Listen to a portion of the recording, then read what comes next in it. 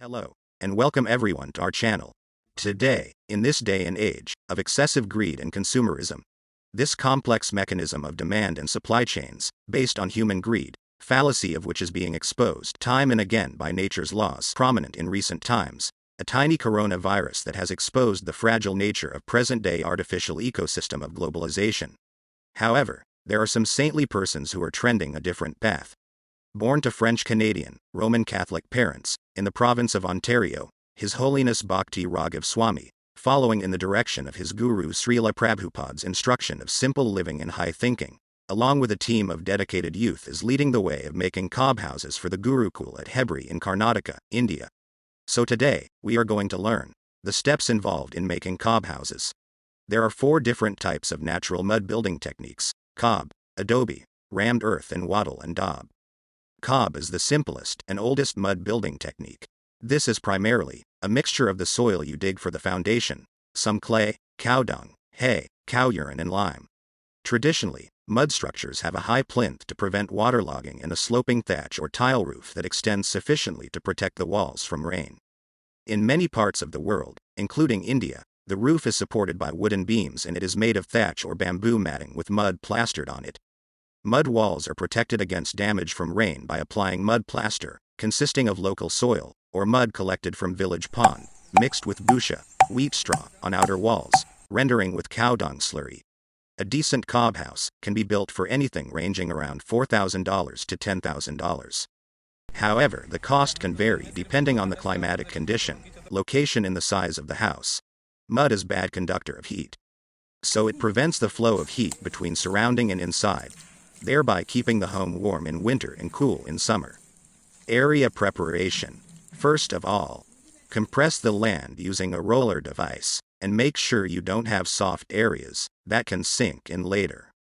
Once the building site is compressed, cover the area with a layer of sand.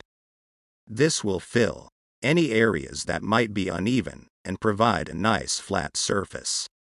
Foundations first. With cob house construction, a poured concrete foundation can be used or you can form a cob floor. Another great thing about cob is that it's very durable once dried. It can be walked on repeatedly without damage. Mixing the cob with the foundation down, it's time to start mixing cob for your walls. On a large tarp, dump about 2 parts clay to 1 part sand. Wet this down a little and stomp on it. Yes, use your feet. Mud boots are optional. Once it's all mixed, add a thin layer of straw, using the longest pieces. Work it in and add some more. If you roll the tarp around, the mix shouldn't stick when it's ready. Add more straw until it forms a ball that doesn't flatten out when dropped. This step is very important because if your cob mixture isn't correct, your cob house won't last. Building the walls. Once you mix the cob, you can form the walls.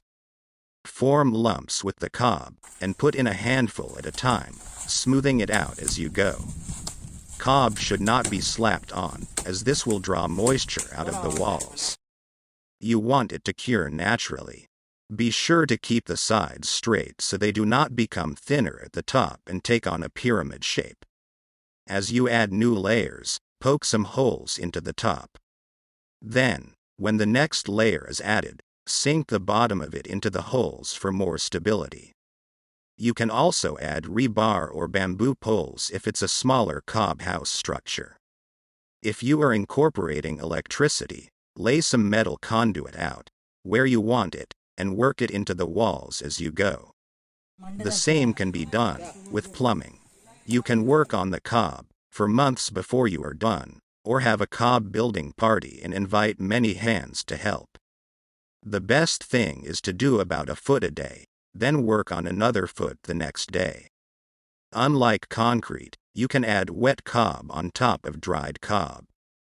Joining concrete to dried concrete never bonds to each other, but cob will. Cob house windows and doors. You'll want to form your doorway with a door frame. Build the cob around it to secure it. You can sink 2x4s right into the cob. Will the wet mud destroy the wood? Nope. it will dry out and the wood will be fine. For windows, sink a 2x4 into the cob and build around the window frame. You can use pre-hung doors and windows, or make your own. Finishing cob house touches. When you get to the top of each wall, you can form a roof with wooden logs, poles, or beams. Then you can devise a tin roof, tarp, mud, or even solar panels. The choice is up to you. When it's all done, you can paint the outside and inside if you like. For the most part, your cob house structure will be weatherproof and won't break down when it gets wet. However, constant beating on by rain may erode the surface, so you may need to recover the outside every 10 years or so. Insects won't be interested and fire won't bother it. The home will be relatively cool in the summer and warm in the winter. If you live where the winter temperatures are cold, consider adding a layer of insulation to the center as you build the walls.